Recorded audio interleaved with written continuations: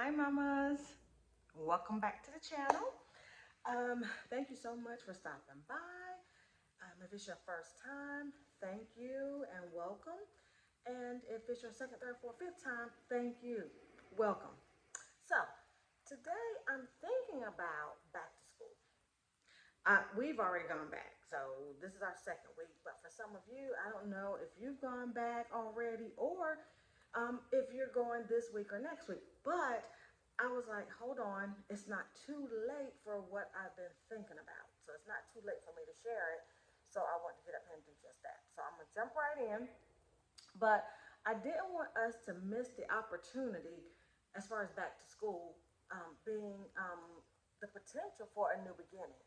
You know, we're navigating this thing called motherhood, right? We're trying to balance out all the different things that we have to do.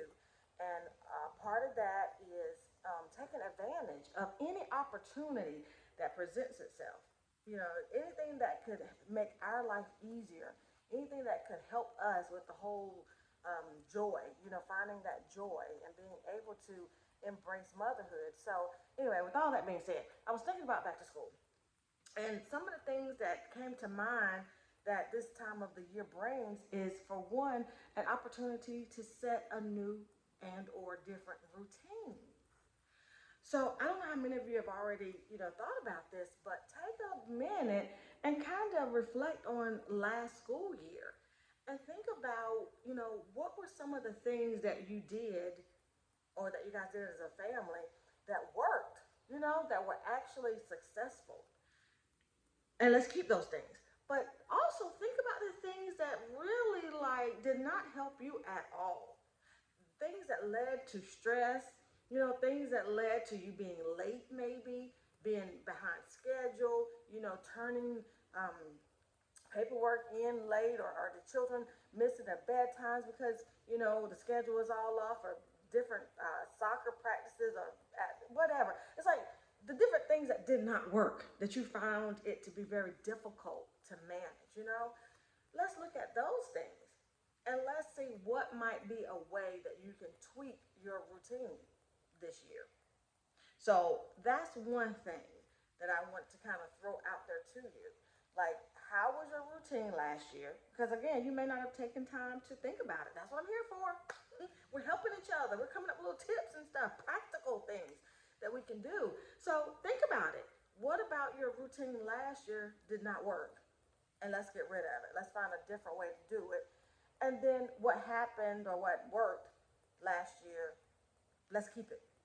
You know, what went well. So that's one thing. Another, no, oh, let me throw this out because I was looking at something on YouTube the other day, and I was talking to my friend, and she was talking about meal planning and how big of a difference that makes. That takes a lot of our mental, right? A lot of our mental time and a lot of our mental energy to try to figure out every day what are we eating, even when we're doing our grocery list. So I'm just gonna throw that out there. So that might be another example of something that you found frustrating on last year. In the evenings, you got everybody home, and now you're needing quick things. Like maybe the day of the week that everybody gets home later, you need something very quick to eat versus maybe a Monday where you could have prepped a meal on Sunday and you have that for leftovers or whatever it is. But think about your schedule and how something, for example, like meal prepping or meal planning can help you. So that's just a thought. Is this a day that I need to make something that will have leftovers? So that's one less thing we have to do tomorrow because we know tomorrow is going to be a huge day for us. It's going to be a long day. Everybody's going to be tired. We got a lot to do. So that's what I'm getting at. Little things like that, like meal planning. Even when you grocery shop, to already have your meals planned for the week, you can make your grocery list more accurate, and especially for those of us, like I do both. I actually run in the grocery store and I do or delivery, but the delivery is usually larger. I normally run in the store for small things, getting more milk, more eggs, something like that. But anyway, so that's the first little thing I want to share with you guys for the new year. Look at your routine. How did it work? Another thing I want you to look at, it kind of piggybacks off of the routine, but self-care. I'm always gonna put a plug in for my mamas. If that has been a struggle in the past, take this as an opportunity. What are some ways that you can incorporate self-care into this new routine? Right? So something as simple as I'm just throwing stuff out. And I want you guys to throw things out. Throw it out. Throw out your thoughts and ideas in the comments.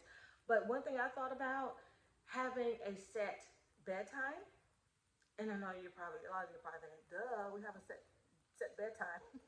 But I mean, yeah, a set bedtime for the children, but maybe a set bedtime for you.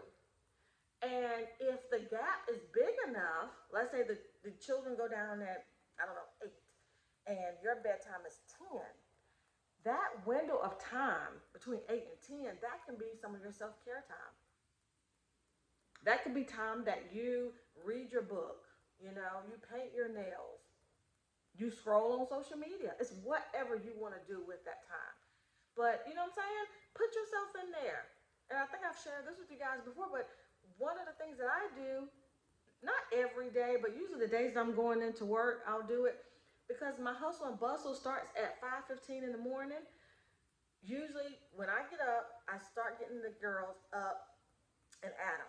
We're trying to get going and get out the door. By the time I drop them off at school at about 8, excuse me, 7:50ish, give or take, I get back in my car about 8 o'clock. I have to sit there and debrief. I just sit there and I kind of take a deep breath. I think about what I have to do for the rest of the day, and then I may even take some time to check emails. I may scroll social media. I may run get me a coffee if I. Oops, sorry. I may run get a coffee if I didn't bring one with me.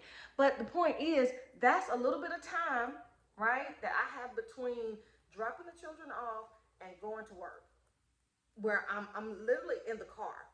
So we might have to be creative. I could take that same block of time and I could run in somewhere because it's about an hour between like when I drop them off and when I have to be at work. So my point is, be creative with scheduling you some me time. You deserve it, mom. You deserve to have some time to do whatever you want to do or to do absolutely nothing. Okay? So anyway, so bedtime, we could throw that out there as a time for you to get some self-care in. Having the kids having established, bedtime. Um, a cutoff time. That was something else me and my friend had talked about. And when we say cutoff is, what's the time that you stop with your daily task? You know, just if you could say like, okay, we do dinner, we do homework, dinner.